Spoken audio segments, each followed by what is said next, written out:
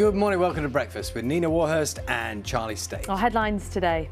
Boris Johnson continues the biggest shake-up of his team since he entered Downing Street after the sackings and emotions in his cabinet cull. UK, US and Australia form a security pact to counter China's growing power and military presence. It's deadline day for care workers to get their first mandatory vaccination against COVID or face the sack. How do you get people back into the workplace? Now, most of us believe that we're not coming back full time, so are new, fully flexible places like this the answer? I'm here at the Greenwich Peninsula to find out. Good morning. After a really extraordinary night in the Champions League, Liverpool staging a second-half comeback to beat the Italians AC Milan at Anfield, while Manchester City won a 9-goal thriller.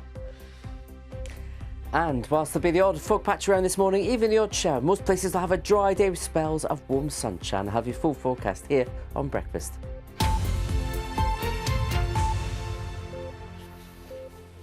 Good morning, it's Thursday the 16th of September. Our main story.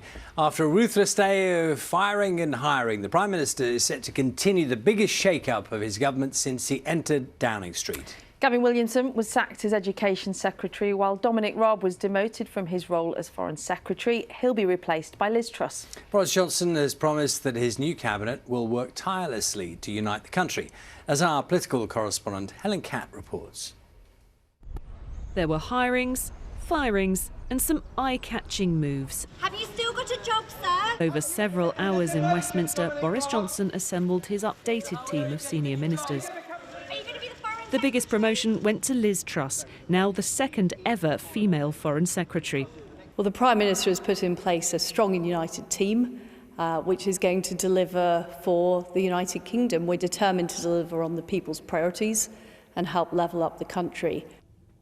Dominic Raab, criticised recently for staying on holiday in Greece while Kabul fell, was moved down from the Foreign Office to become Justice Secretary. But he was also formally made Deputy Prime Minister, a title not given out since 2015. It was a good day for former health ministers. Are you happy with that? Are you happy?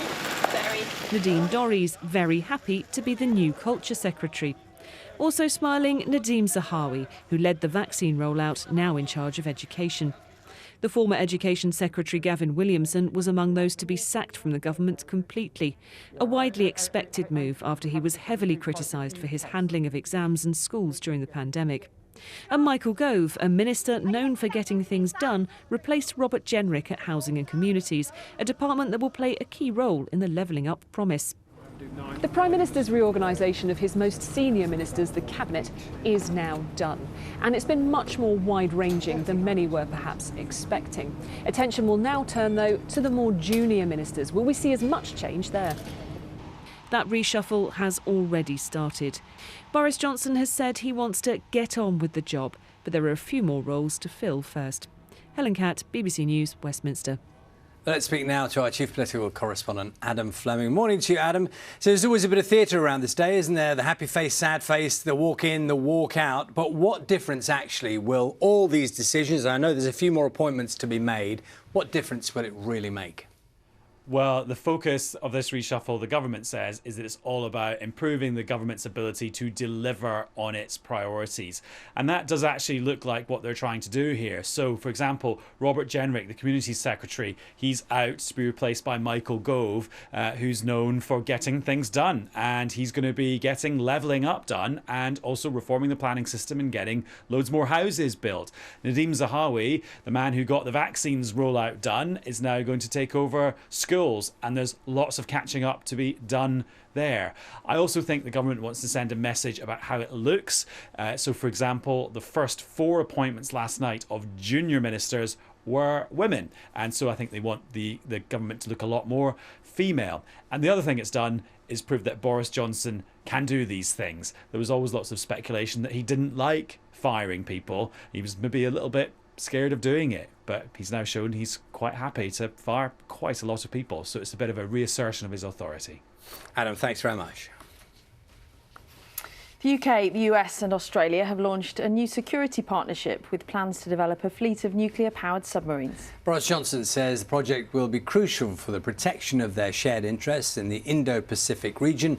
But China has accused them of having a Cold War mentality. Our defence correspondent Jonathan Beale has this report. Britain's decision to send its aircraft carrier HMS Queen Elizabeth and other warships to the Pacific is proof of the growing strategic importance of the region. The UK, US and Australia are all increasingly concerned about a more assertive China. Hence the decision to step up their military cooperation, and important enough for the leaders of all three countries to announce this new defence partnership, AUKUS for short.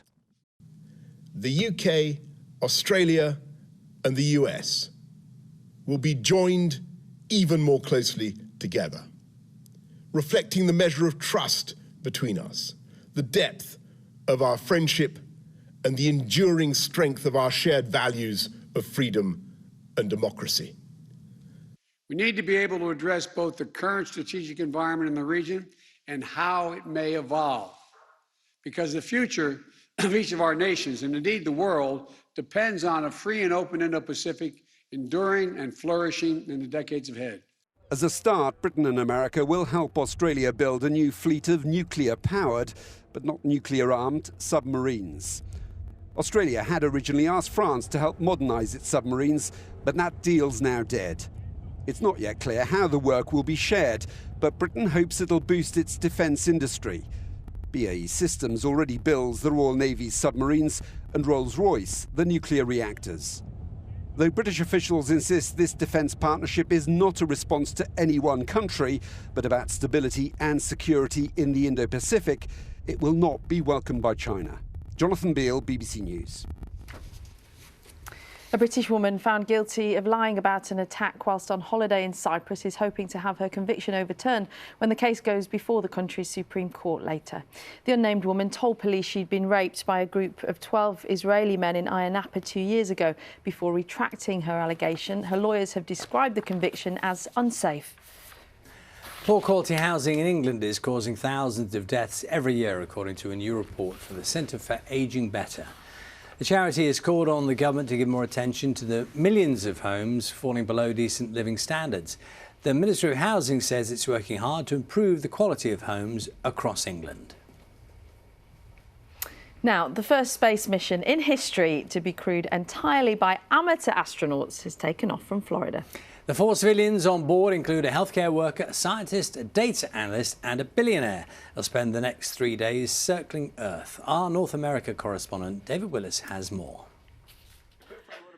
After months of rigorous training, it was time to slip into the custom-made spacesuits and make their way to the launch pad for a milestone flight into orbit.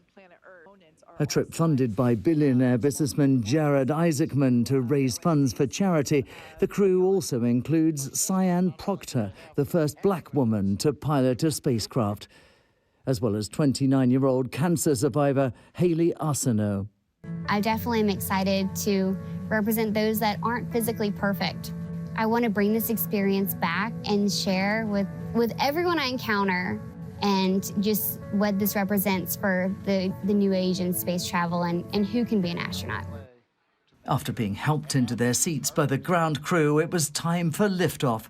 A remotely controlled space capsule atop a reusable SpaceX rocket, powering into orbit from Florida's famous Kennedy Space Center, destined to transport the quartet of amateur space travelers deeper than the International Space Station. SpaceX is hoping to schedule flights like this around 6 times a year. After circling the globe once every 90 minutes at a speed of roughly 17,000 miles an hour, the craft is expected to touch down off the coast of Florida in 3 days' time. David Willis, BBC News, Los Angeles.